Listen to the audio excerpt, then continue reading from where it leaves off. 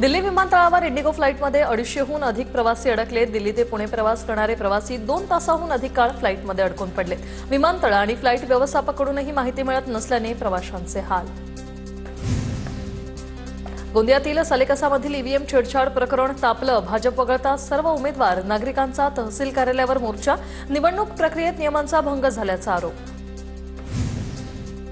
गोंदियाच्या सालेकसामध्ये मोनिका कांबळेंची निवडणूक निर्णय अधिकारी पदावरून मुक्तता, तर 2 दिवसांच्या मुदतवाढीमुळे आंदोलन मागे। उद्या सायंकाळपर्यंत संबंधित अधिकाऱ्यांच्या निलंबनाची कारवाई झाली नाही तर पुन्हा आंदोलनाचा इशारा। नागपूरमधील कामठीमध्ये मतदान केंद्रावर गोंधळ घातल्याप्रकरणी गुन्हा दाखल। काँग्रेस नेत्या अवंतिका लेकुरवाळेसह 12 जणांवर गुन्हा दाखल। मतदान बंद करण्याची मागणी करत धमकी दिल्याप्रकरणी गुन्हा दाखल। अमरसिंह पंडितांचे स्वीय सहाय्यक अमृत डावखर यांचा जबाब नोंदवला। हल्ला पूर्वनियोजित कट होता, पोलीस दोषींवर योग्य कारवाई करतील। स्वीय सहाय्यक अमृत डावखर यांची प्रतिक्रिया। गेवराईमध्ये नगरपरिषद निवडणुकीच्या मतदान प्रक्रियेदरम्यान झाला होता राडा। आष्टामध्ये झालेल्या राड्याच्या पार्श्वभूमीवर स्ट्रॉंगरूम बाहेर पोलिसांचा पहारा। स्ट्रॉंगरूमच्या बंदोबस्तासाठी 250 पोलिसांची नियुक्ती, तर ईश्वरपूर आणि तासगावमध्ये दंगल नियंत्रण पथक तैनात। अक्कलकोटमध्ये स्ट्रॉंगरूम बाहेर पोलिसांचा बंदोबस्त, 15 पोलीस आणि नगरपरिषदेचे 5 कर्मचारी स्ट्रॉंगरूम बाहेर। अक्कलकोटमध्ये भाजप विरुद्ध शिवसेना असा सामना। नाशकात मतदार याद्यांमध्ये जिवंत असलेल्यांना मयत घोषित करून मतदार याद्यांमधील नावं वगळली। नावं वगळत असताना मृत्यू प्रमाणपत्रही जोडण्यात आल्याची माहिती उघड।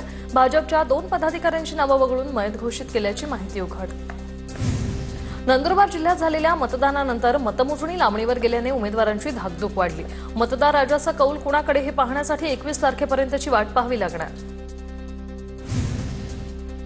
पुण्यातील भोरमध्ये ईव्हीएमच्या स्ट्रॉंग रूमला पोलिसांचा खडा पहारा। 16 सीसीटीव्ही कॅमेऱ्यांच्या निगराणीत 24 तास 16 एसआरपीएफ जवान, पोलीस आणि निवडणूक कर्मचाऱ्यांकडून पहारा।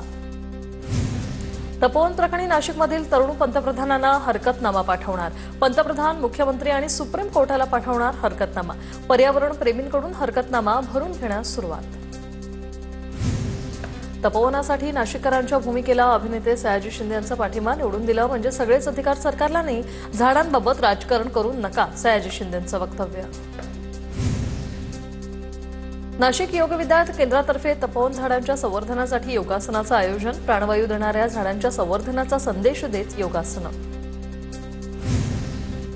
कराडच्या जयवंत शुगर्सकडून चालू हंगामातील पहिल्या पंधरवड्यातील बिल शेतकऱ्यांच्या खात्यावर जमा। गाळप झालेले 35 कोटी 16 लाखांचे बिल ऊस पुरवठा केलेल्या शेतकऱ्यांच्या खात्यावर जमा। शेतकऱ्यांकडून समाधान व्यक्त।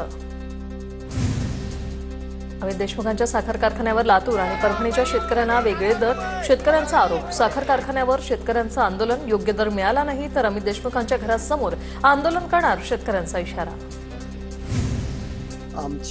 जळगावातील कांचननगरातील जागृत गुरु दत्त देवस्थानातर्फे विविध धार्मिक कार्यक्रमांचं आयोजन। दत्तगुरूंच्या मूर्तीवर अभिषेक, काल्याचं कीर्तन करत दत्तगुरूंची महाआरती संपन्न। मंदिरात पहाटेपासूनच भाविकांची गर्दी।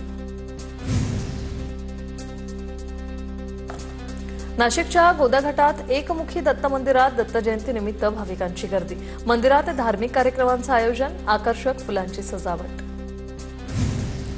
जळगावच्या कांचननगरात जागृत दत्तगुरू देवस्थानातर्फे दत्त जयंतीनिमित्त भव्य शोभायात्रा। भव्य शोभायात्रेमध्ये पारंपरिक वेशभूषा परिधान करत भाविकांचा मोठा सहभाग।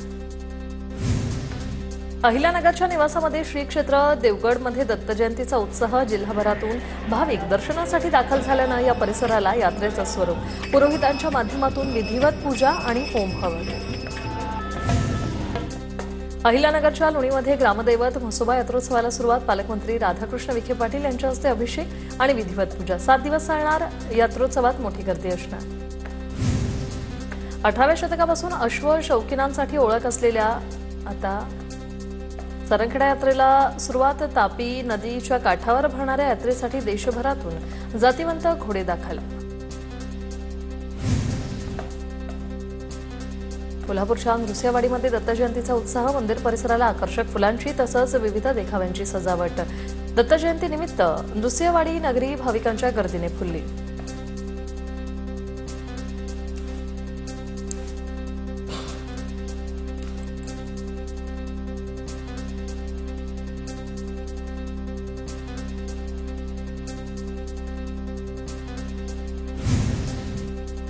सोलापूरच्या अक्कलकोट नगरीत भक्तांची मांदियाळी. दत्त जयंतीनिमित्त स्वामी समर्थांच्या मंदिरात दर्शनासाठी भक्तांनी केली गर्दी. स्वदेशी संकल्प रथयात्रेचा वाशिममध्ये उत्स्फूर्त असं स्वागत. व्यापारी महासंघाकडून स्वदेशी वस्तू वापरण्यासंदर्भात जनजागृती. व्यापाऱ्यांनी फुलांच्या वर्षावात आणि फटाक्यांच्या आतिषबाजीत भव्य स्वागत केलंय. नांदेडमध्ये विविध मागण्यांसाठी दिव्यांग बांधवांचा मोर्चा. जिल्हा परिषद, महापालिका आणि जिल्हाधिकारी कार्यालयावर मोर्चा काढण्यात आला. जोरदार घोषणाबाजी करत लोकप्रतिनिधींचा दिव्यांग बांधवांकडून निषेध. अमरावतीमधील वर्धाच्या आर्वीतील गटविकास अधिकारी सुनीता मरस कोल्हे यांच्या अटकेच्या निषेधार्थ कर्मचाऱ्यांचं रजा आंदोलन. जिल्ह्यातील 14ही तालुक्यातील गटविकास अधिकारी आंदोलनात सहभागी. प्रशासकीय व्यवस्था विस्कळीत.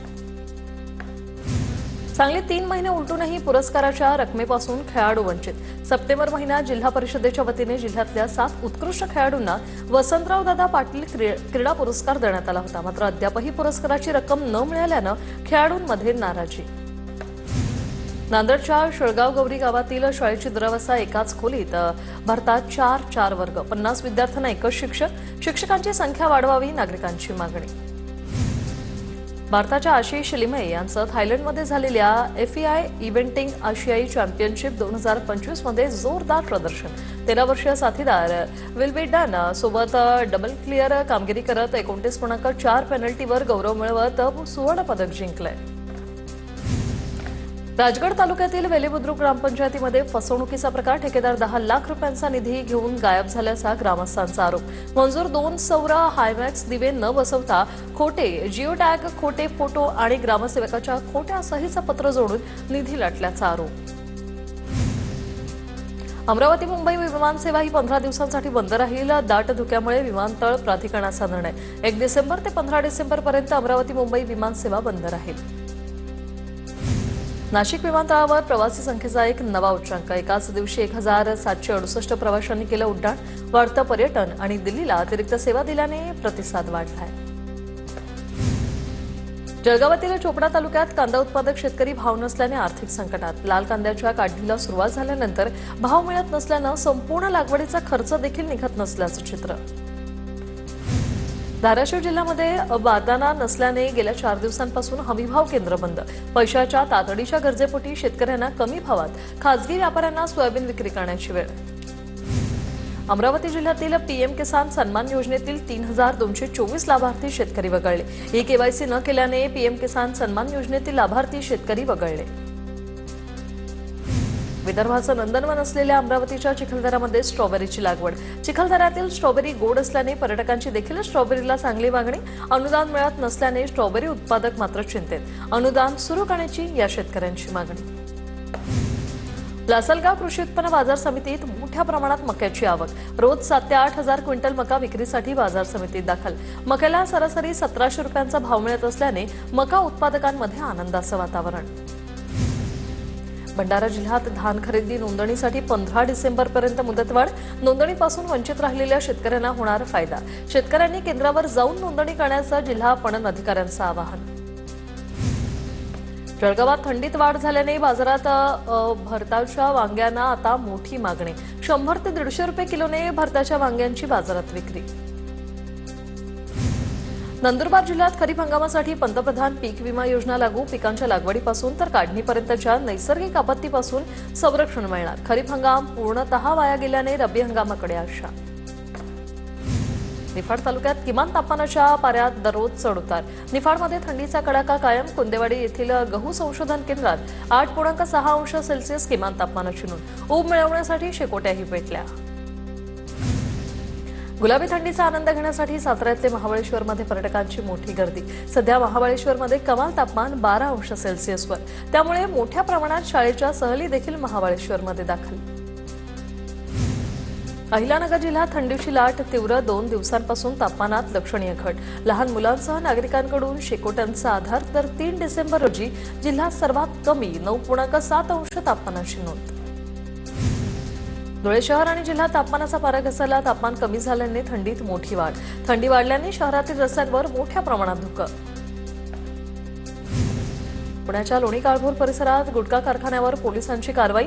अंमली पदार्थ विरोधी पथक 2च्या कारवाईत 1 कोटींचा मुद्देमाल जप्त. आरोपींना अटक. भंडाराच्या लाखांदूरमध्ये तरुणावर बेसबॉल स्टिक दगडांनी प्राणघातक हल्ला प्रकरणी 5 जण पोलिसांच्या ताब्यात. नागरिकांनी धाडस दाखवत 2 जणांना पकडलं. भंडारा पोलिसांकडून आरोपींचा शोध सुरू. भंडाराच्या लाखांदूर शहरात तरुणांवर बेसबॉल स्टिक आणि दगडांनी प्राणघातक हल्ला. आयुर्वेदिक रुग्णालयात 5 जणांनी घुसून 2 तरुणांवर हल्ला केला. नागरिकांनी दोघांना पकडून पोलिसांच्या ताब्यात दिले, तर उर्वरित आरोपी मात्र पसार झाले. छत्रपती संभाजीनगरच्या भीमनगर भौसिंगपुरा परिसरात धारदार शस्त्र बाळगून दहशत पसरवणाऱ्याला पोलिसांकडून अटक. छावणी पोलीस ठाण्यात गुन्हा दाखल. भोकरदनमधील गर्भलिंग निदान प्रकरणी आरोपींना न्यायालयीन कोठडी. नांजा गावातील एका गोठ्यात पोलीस आरोग्य विभागाची कारवाई. मध्य प्रदेशातून औषधे येत असल्याची सूत्रांची माहिती.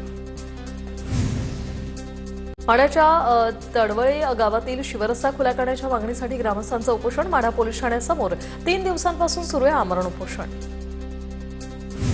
प्रोजेक्ट महादेवा अंतर्गत 36 जिल्ह्यांमधून 60 मुलं आणि 60 मुलींना सिलेक्ट केलं.